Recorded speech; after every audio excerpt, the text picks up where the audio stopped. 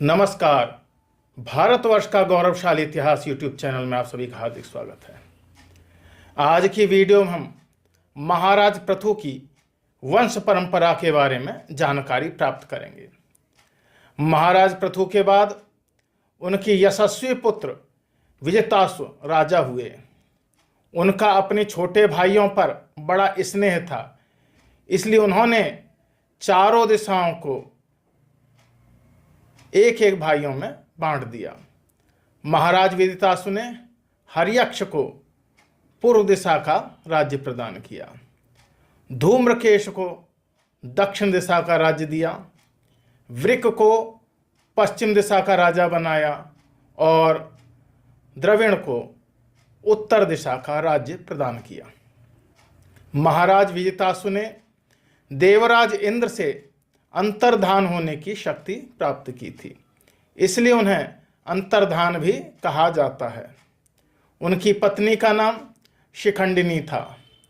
विजितासु को शिखंडिनी से पावक, पवमान और शुचि नामक 3 पुत्र प्राप्त हुए। पूर्व काल में अग्नियों ने ब्रह्मर्षि वशिष्ठ से मनुष्य रूप में जन्म लेने का शाप प्राप्त किया था, इसलिए अग्नि ही महाराज विजितासु के पुत्र के रूप में उत्पन्न हुए। ये तीनों पुत्र आगे चलकर योग मार्ग से पुनः अग्नि रूप हो गए थे। विजितासु की एक अन्य पत्नी का नाम नभस्वती था।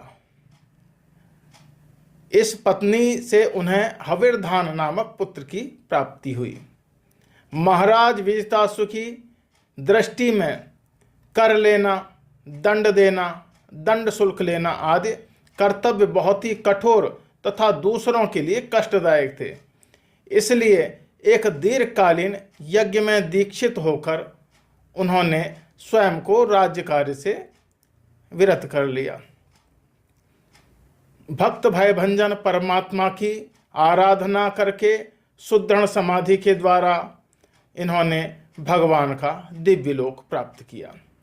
विजितासु के पुत्र हविर्धान की पत्नी का नाम हविर्धानी था। इससे उन्हें बहिर्षद, गय, शुक्ल, कृष्ण, सत्य और जितव्रत नामक 6 पुत्र प्राप्त हुए। हविर्धान के पुत्र बहिर्षद कर्मकांड और योगाभ्यास में कुशल थे। उन्होंने प्रजापति का पद प्राप्त किया था तथा प्राचीन बरही नाम से विख्यात थे। प्राचीन बरही ने समुद्र की कन्या शतद्रुति से विवाह किया। शतद्रुति के गर्भ से प्राचीन बरही के प्रचेता नाम के पुत्र हुए। वे बड़े ही धर्मात्मा तथा शुद्ध आचरण वाले थे।